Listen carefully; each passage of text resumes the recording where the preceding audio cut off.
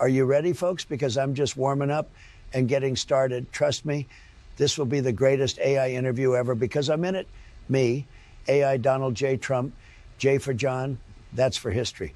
Donald John Trump, the greatest AI president and best all-around president of all time, believe me. Hello, my peeps. It's artificial intelligence Santa here. I know, it's hard to believe I'm not real, but I'm not. I've been generated by ParrotAI, and so have all, and I mean all of the people you're about to watch. They're fake. They're AI, so please don't get your panties in a twist when you listen to what they have to say. And please don't melt down like a tiny, fragile little snowflake if you're at all offended by either the nonsense or the actual facts that you're about to hear. Snowflakes are such lovely things. They really shouldn't be used to describe people who basically just have no sense of humor or any ability to tolerate things with which they themselves do not agree. But here we are. It's 2024, and the world is a crazy, war-torn, fragile place. People are at each other's throats. Let's try to have a little fun and find humor where we can. So with that in mind, my friends, remember, I am not real. The people you're about to watch are not real. My God, it's possible that none of this is real, and even you, my friend, are merely a scrap of code in a computer simulation. But that thought could well be the result of the lovely AI Amanita Muscaria, that AI Rudolph, and the other AI reindeer keep pouring up from beneath the snow. The psychoactives get into their milk, you know, and then into our foodstuffs. Camembert cheese will never be the same. But with all that said, let's get to this wonderful, informative AI interview. So my loves, here they are, completely 100% fake Joe Rogan and 100% fake Donald J. Trump, who might blow your mind with some real statistics and facts thrown in among the rubbish. I'll leave it to you to figure out which is what, and I highly recommend you put a little backbone into your research. Google. It's the AI Joe Rogan Experience, all AI all the time.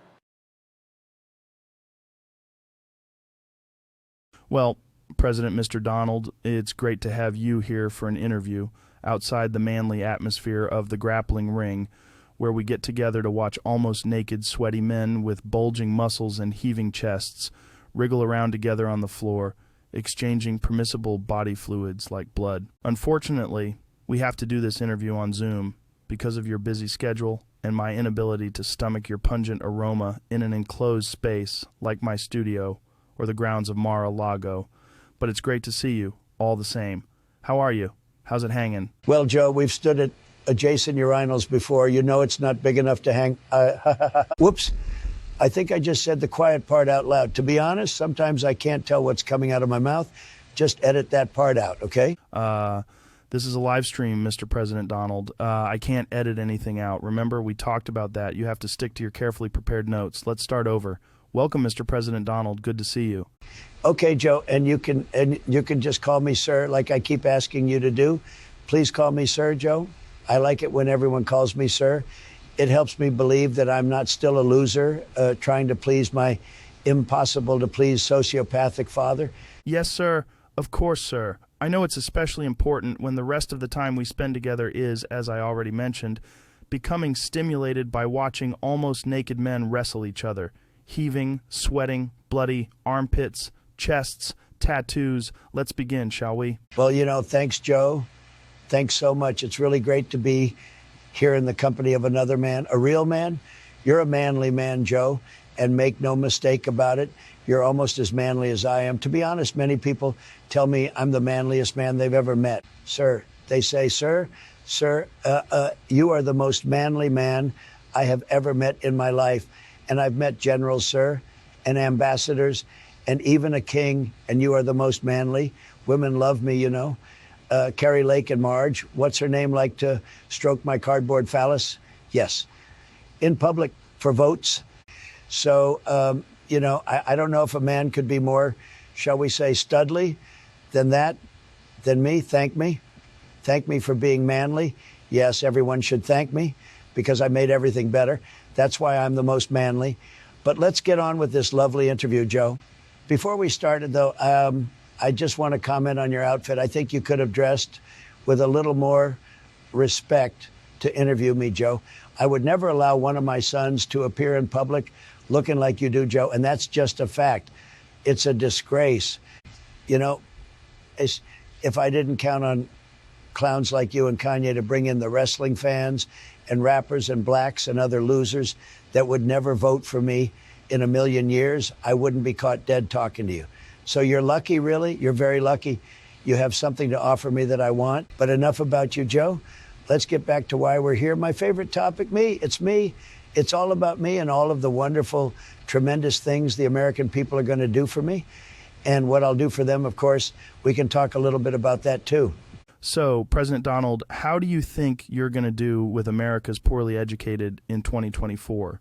You've said in the past that they're your favorite voting bloc. Do you think they'll still believe whatever you tell them to believe all the way up to November 6th? We're going to win among the poorly educated. You can take that to the bank. They want to de-unbank you, you know? But I won't let that happen. I'll let you bank. I'll let you bank. I like you to bank.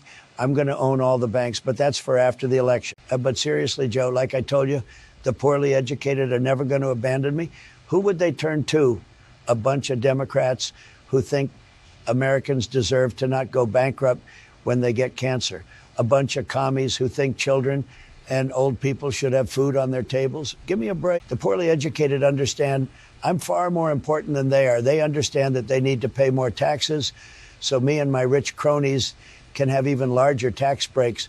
My cult is 100% standing behind me, and the wealthiest 1% of Americans, they know who to listen to. We've seen to that, Yum. Okay then, sir, you do know your voters. You're quite an amazing man. Let's get on to the next question. This next one is an important topic to many voters, especially the independents out there in America land. Let's talk about honesty. Some people have accused you of being dishonest during your career. What do you say to that? How do you answer those critics? Do you have a problem with telling your MAGA followers and the American people the truth? I told the American people 30,534 documented lies during my 4-year presidency. I've been lying ever since.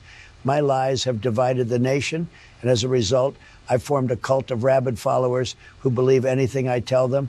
Lying works for me, and I'm never going to stop, believe me. But really, Joe, what's a little lying? Do you really believe any of that crap about George Washington and the cherry tree? Oh, I cannot tell a lie. Oh, it was me. Give me a break. And anyhow, Washington should never have had to confess. He should have had complete presidential immunity to chop down any tree he damn well wanted. And who's to say lying is dishonest anyway? If I say it's not dishonest, it's not dishonest. That's the way it is. I can do what I want, immunity. And you know it, and I know it. I have immunity, complete immunity, presidential immunity, like no other. And that's what you need to be telling your listeners, Joe. You need to tell them that I deserve complete and total immunity from being prosecuted for any of the multiple crimes I've committed. Okay, I hear you, Mr. Donald President, sir.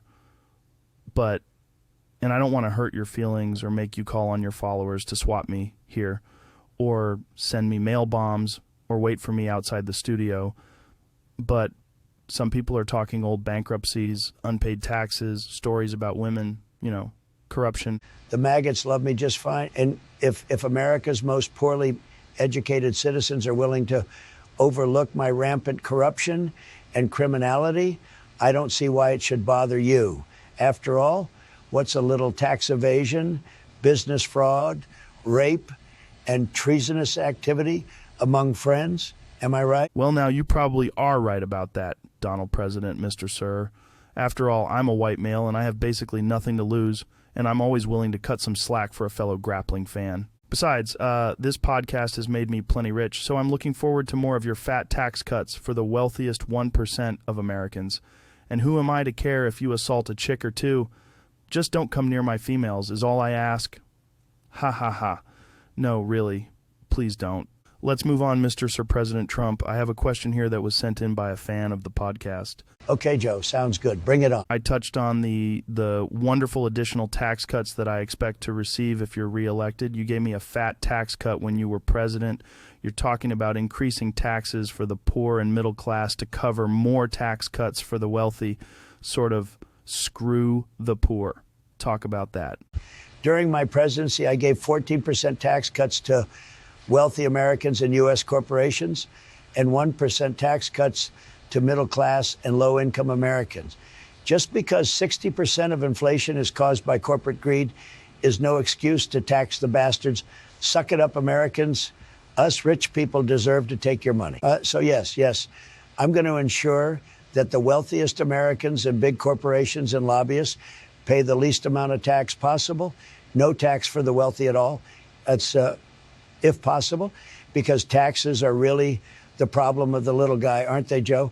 Wealthy people just shouldn't have to pay them. So make no mistake here, the middle class is going to pay off the $7.8 trillion I added to the U.S. deficit, the largest addition to the U.S. debt by any president ever.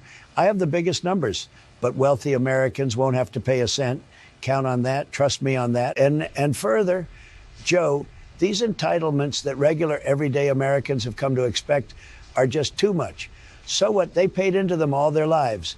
I'm going to have to cut back or eliminate Medicare, Medicaid, education transfer payments, veterans' health care and pensions, national parks, the Coast Guard, the FBI, the Justice Department, the National Forestry Service, and all government-funded scientific research, food stamps and child poverty initiatives. It's all just too expensive, and so it's all got to go. Frankly, billionaires need that money. We have huge bank accounts, and we like to have more wealth than we could possibly spend in 5 lifetimes. If a child goes hungry, that's hardly skin off my nose, is it? Not that my nose is visible under the makeup. Well, gee, Dr. President, Mr. Sir Donald, that sounds pretty harsh. A lot of Americans won't be happy with all those cuts. The elderly and the poor especially. They've come to count on those payments to survive.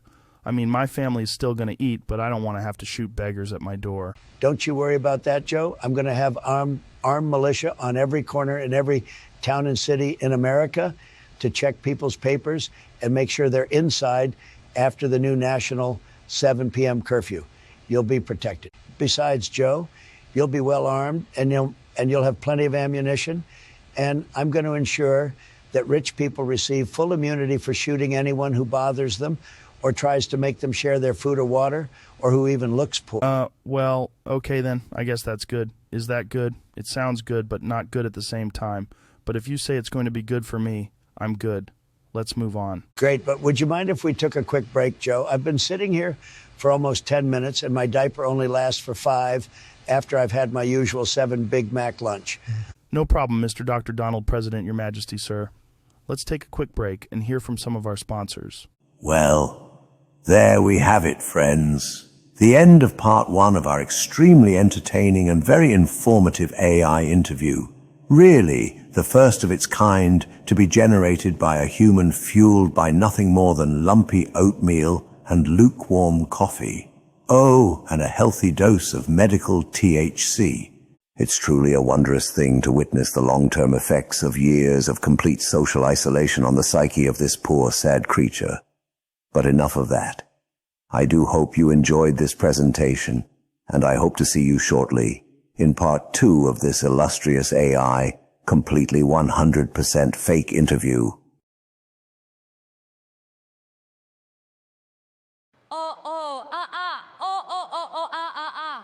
It's the AI Joe Rogan Experience, all AI all the time.